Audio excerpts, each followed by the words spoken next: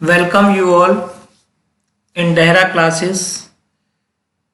आज हम आपको इस वीडियो में सीबीएसई से related fundamental of a partnership firm, MCQ, fill in the blanks, 1 marks question जो सीबीएसई के वैल्यूएबल हैं उनको हम लेकर चले।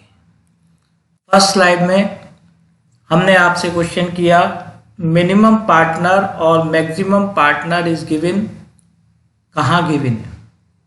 जनरली बच्चा इसमें कंफ्यूज रहता है। आंसर पार्टनरशिप एक्ट 1932 देता है, कंपनी एक्ट 1956 में भी कुछ था, लेकिन एट प्रेजेंट में कंपनी एक्ट 2013 और 14 में मिसलिनियस में है, इसलिए आपका प्रेजेंट के हिसाब से आंसर सही कंपनी एक्ट 2013 है। नेक्स्ट स्लाइड में एबीसी पार्टनर है, शेयरिंग प्रॉफिट रेशो 3:2:1 है। ए ने लोन दिया है फर्म को। इंटरेस्ट अमाउंट क्वेश्चन में किया गया, interest on loan, partner loan is allowed as per partnership act 1932 6%। तो इस पे जो इंटरेस्ट देंगे आप, क्योंकि रेट भी नहीं है और मैक्सिमम रेट 6% है, तो इसलिए आपको 6% का इंटरेस्ट, 6000 का इंटरेस्ट आप पे करेंगे।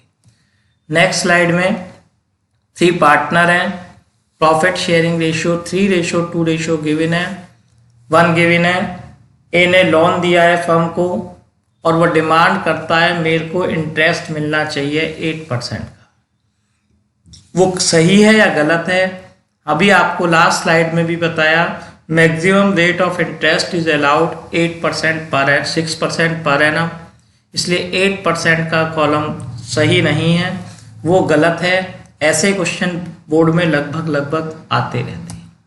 नेक्स्ट स्लाइड में एबीसी पार्टनर है, कैपिटल गिवन है, सी को वर्किंग पार्टनर माना गया।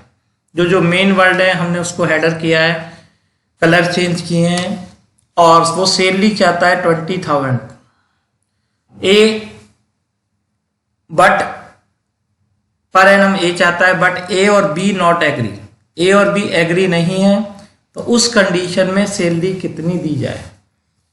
क्या सी करेक्ट है या नहीं है? ए और बी एग्री नहीं है, क्यों नहीं है? क्योंकि सी करेक्ट नहीं है, लेकिन फिर भी हमें अपनी ओपिनियन देनी है। इस क्वेश्चनों में ये माना जाता है कि पार्टनरशिप डीड साइलेंट है।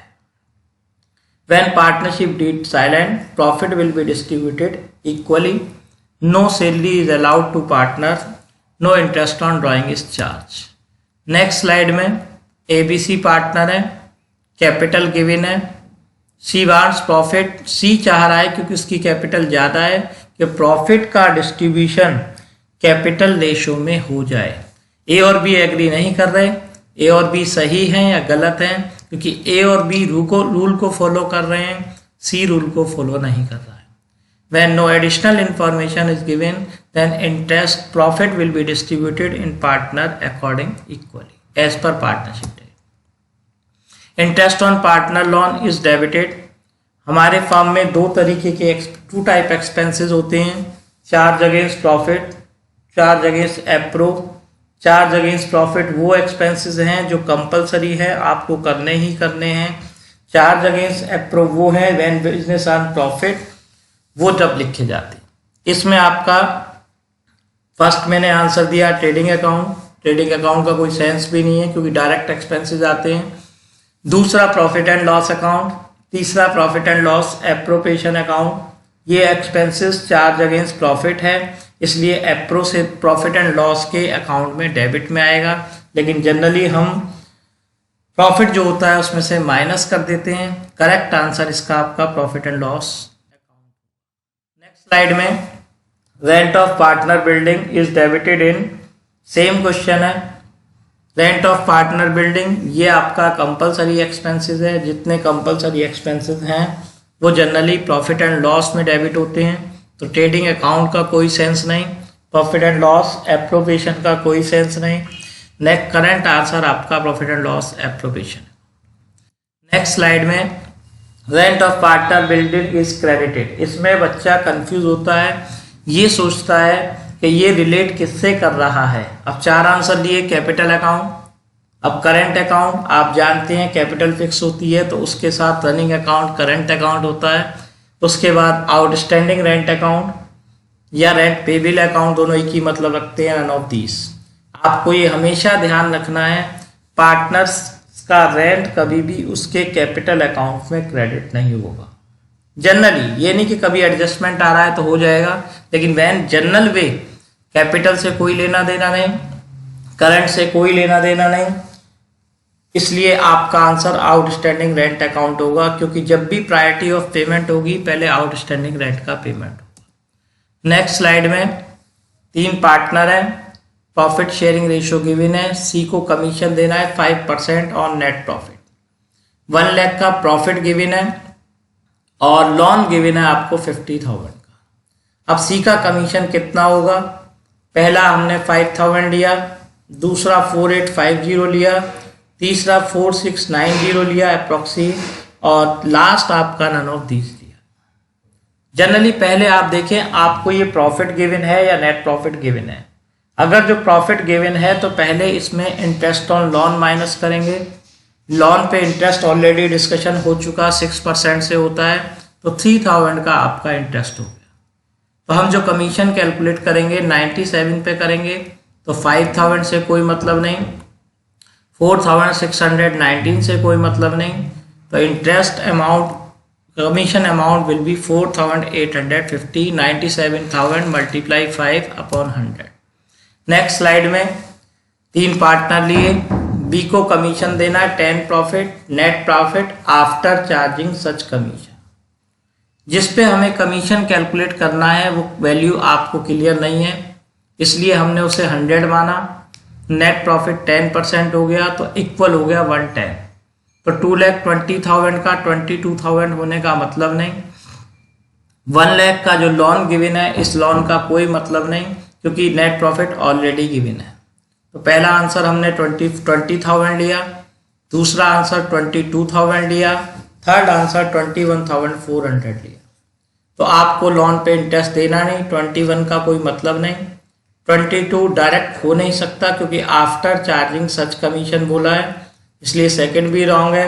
फर्स्ट आंसर आपका सही है, 2,20,000 अपॉन 110 इंटू 10 करेंगे तो 20,000 का कमीशन आएगा। नेक्स्ट स्लाइड में पार्टनर है, बी को अलाउड किया कमीशन नेट प्रॉफिट पर आफ्टर, अब इसमें देख रहा है after charging salary but before interest on capital.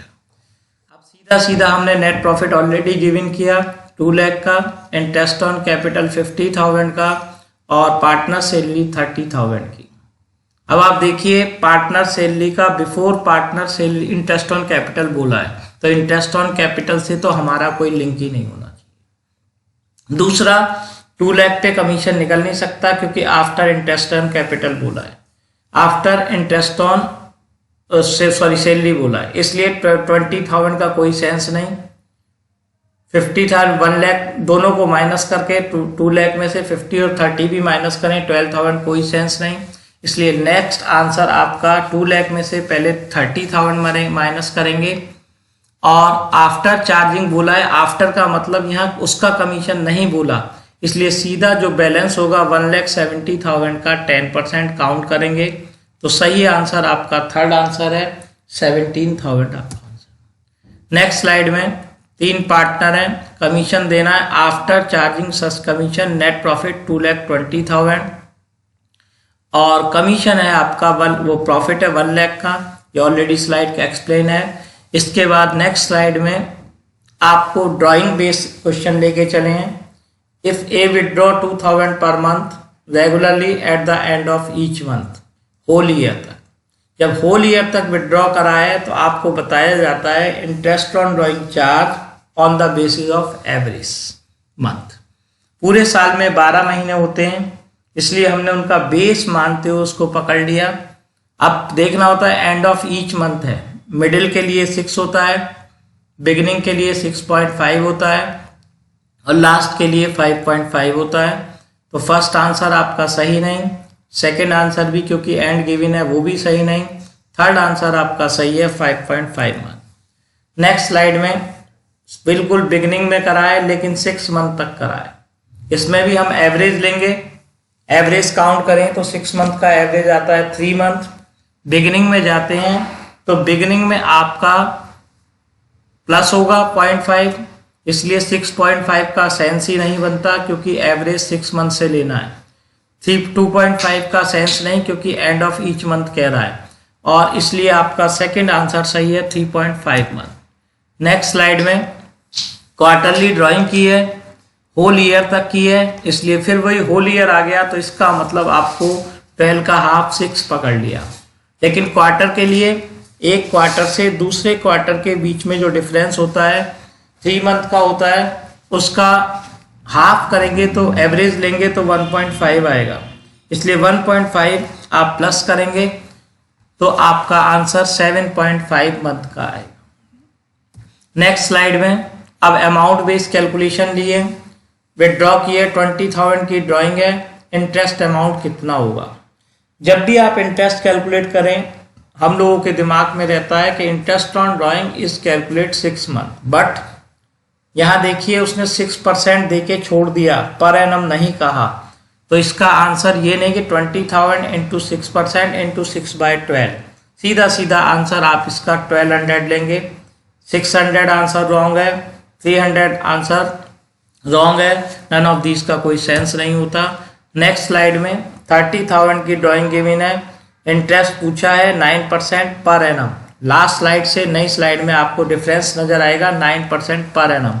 इसमें आपको 6 मंथ का कैलकुलेट करना है, 30,000 इंटू 9/100 इंटू 6/12 करेंगे तो 30,000 इंटू 9 2700 हो नहीं सकता, 675 का कोई सेंस नहीं, इसलिए सेकंड आंसर आपका सही है 1350। Correct answer is 1350। If I withdraw 10,000 during the year beginning of each month, interest of amount will be 6% per annum charge कर रहा है, तो 10,000 पे आप चार्ज करेंगे 6% से करेंगे तो सीधा सीधा कैलकुलेट करें तो 600 आ गया। आगे चलें क्योंकि 1 मार्क्स क्वेश्चन है, ज़्यादा टाइम देंगे तो आपका पेपर लेंथी हो जाएगा और लास्ट में पेपर छूट जाएगा आपका, इसलिए 6% पर एनम आपने काउंट किया, 600 आ गया। अब आपको देखना चाहिए बिगिनिंग ऑफ ईच मंथ बोला है, बिगिनिंग ऑफ ईच मंथ का सेंस हमें 6.5 का लगाना है, पर मंथ के हिसाब से बेटा 550 मल्टीप्लाई 6.5 करेंगे तो 3.25 आएगा। फर्स्ट आंसर आपका रॉन्ग है, सेकेंड आंसर आपका रॉन्ग है, थर्ड आंसर आपका करेक्ट है। नेक्स्ट में 20,000 विदड्रॉ करें, ईच मंथ विदड्रॉ करें eight the end of each month, वही बिल्कुल 20,000 का 6% निकाला 1200 आ गया। अमाउंट जनरली ऐसी आती हैं जो इजीली कैलकुलेट हो जाती हैं, तो आपको इसमें 5.5 मंथ का लगाना है, 5.5 मंथ का लगाएंगे तो 20,000 मल्टीप्लाई 6/100 मल्टीप्लाई 5.5 अपॉन 12, तो ओवरऑल काउंटिंग करेंगे 1200 से तो आपका 600 आ नहीं सकता, 650 का कोई मतलब नहीं बनता, इसलिए आपका सेकेंड आंसर करेक्ट है 550। नेक्स्ट में विदड्रॉ करें 5,000 and the at each quarter, whole year तक विदड्रॉ करें तो इसमें सबसे पहले एक तो आपको 5,000 इंटू 4 करना पड़ेगा, ये आपको ध्यान रखना है। जब 5,000 इंटू 4 करेंगे, ईच क्वार्टर दिया है, पिछले क्वेश्चनों में ड्यूरिंग द ईयर गिवन था, इसलिए आपका इंटरेस्ट 5,000 इंटू 4 20,000 आ गया, उसका 6% वही 1200 आ गया। अब उसने कब का है, eight the end of each quarter, अभी आपको पहले भी एक्सप्लेन किया है, एंड ऑफ ईच क्वार्टर हो तो 4.5 मंथ का इंटरेस्ट कैलकुलेट करते हैं, तो 4.5 मंथ का लगाएंगे तो 1200 से देखेंगे तो आपका 600 आंसर रॉन्ग, 750 आंसर रॉन्ग। इसके बाद नेक्स्ट आपका आंसर आपका 450 है, तो 450 आपका करेक्ट आंसर है। नेक्स्ट स्लाइड में 22,000 eight the end of each month, तो पहले आपको इसमें 12 की मल्टीप्लाई करनी है।